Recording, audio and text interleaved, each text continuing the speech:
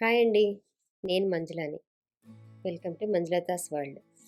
ఈరోజు మీకు షేర్ చేసే వంటకం ఏంటంటే చాలా ఫేమస్ మిఠాయి అండి అది. బాంబే కరాచీ హల్వా. బాంబే హల్వా అని కూడా అంటారు.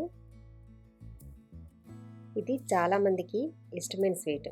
చూడగానే తినేయాలనిపించే రంగు, రుచి చాలా సింపుల్గా ఎంతో అట్రాక్షన్గా ఉండే స్వీట్ ఇది. తక్కువ ఇంగ్రీడియంట్స్తో చక్కగా చేసుకోగలిగే కరాచీ హల్వాని అసలు ఇండియాకి సింధీ ఫ్యామిలీ తీసుకువచ్చారు. వీళ్ళు ఒకప్పుడు కరాచీలో ఉండి తర్వాత బాంబేకి షిఫ్ట్ అయ్యారు. అందువల్ల దీన్ని కరాచీ హల్వా, బాంబే హల్వా అని 2 రకాలుగానే పిలుస్తారు. ఇది ప్రతి స్వీట్ షాప్లోనే దొరికే హల్వా అండి. ఇప్పుడైతే కరాచీ హల్వా రెసిపీలోకి అయితే వెళ్ళిపోదాము. ఇప్పుడు మిక్సింగ్ బౌల్లోకి 1 కప్పు కార్న్ ఫ్లోర్ పిండి తీసుకొని 2 కప్పులు వాటర్ వేసుకొని ఉండలు లేకుండా చక్కగా కలుపుకోవాలి.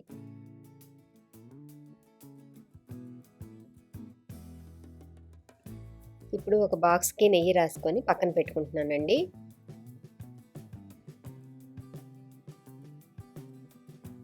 ఇప్పుడు ఈ బౌల్ పక్కన పెట్టేసుకొని స్టవ్ మీద కడాయి పెట్టేసుకొని ఏ కప్పుతో కార్న్ ఫ్లోర్ తీసుకున్నామో అదే కప్పుతో 2 కప్పులు పంచదార వేసుకోవాలి.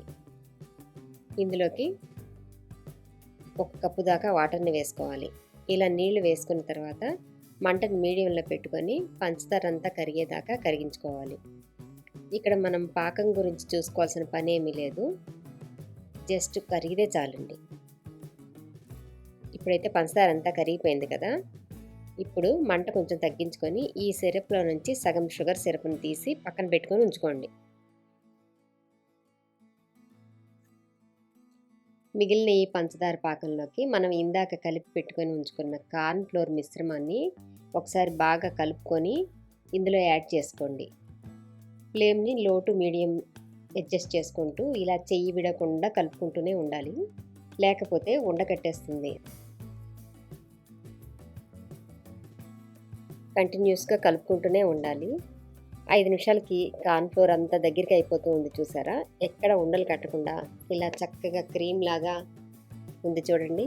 ఇలా బాగా కలుపుకుంటూ ఇంకొంచెం దగ్గరికి వచ్చాక మనం ఇందాక పక్కన పెట్టుకున్న పాకం ఉంది కదా, ఆ పాకం వేసి కొద్దిగా వేసి కలుపుకోవాలి. మళ్ళీ ఇదంతా దగ్గరికి వచ్చాక ఇంకొంచెం పాకం వేసుకొని కలుపుకోవాలి. సో పాకం అంతా ఇలా అయిపోయే వరకు ఇలాగే కలుపుకుంటూనే ఉండాలండి.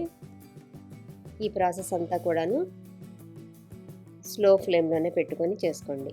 హడావిడిగా గబగబా చేసేసుకుంటే గమ్మినెస్ అనేది రాదండి, జస్ట్ హల్వా లాగా సాఫ్ట్గా వస్తుందన్నమాట.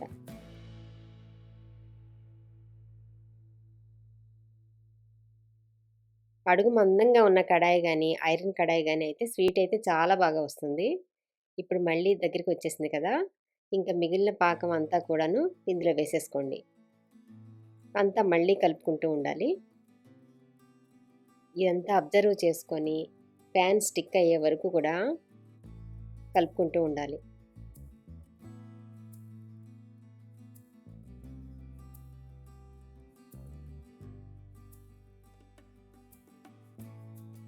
ఇప్పుడైతే దగ్గరికి వచ్చేసింది కదండి.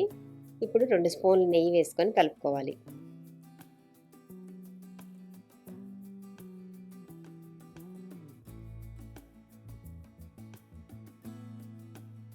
ఈ నెయ్యిని కూడా కార్న్ ఫ్లోర్ అంతా అబ్జర్వ్ చేసుకున్న తర్వాత మళ్ళీ 2 స్పూన్లు నెయ్యి వేసుకొని కలుపుకుంటూ ఉండాలి.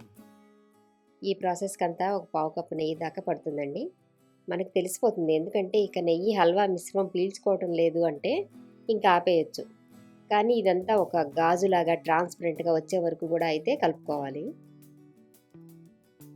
ఇక ఇందులో కొంచెం యాలకల పొడి, ఆరెంజ్ ఫుడ్ కలరు, మరికొంచెం నెయ్యి వేసుకొని కలుపుకుంటున్నాను.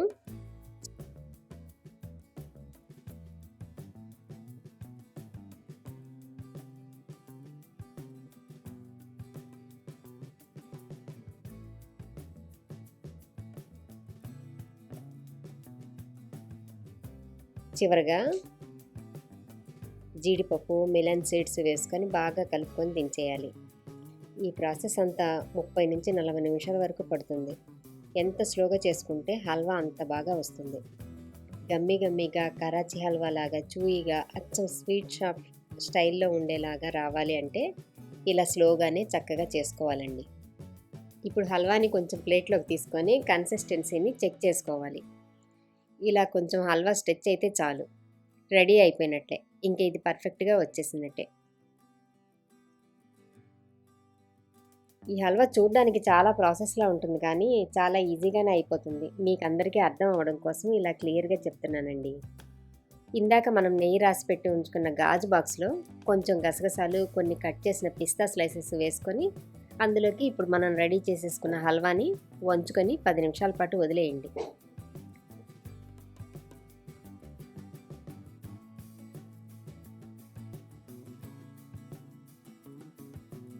తర్వాత దాన్నంతా ప్లేట్లోకి తీసుకొని తిరగేసుకొని చిన్న చిన్న ముక్కలుగా కట్ చేసుకోవాలి.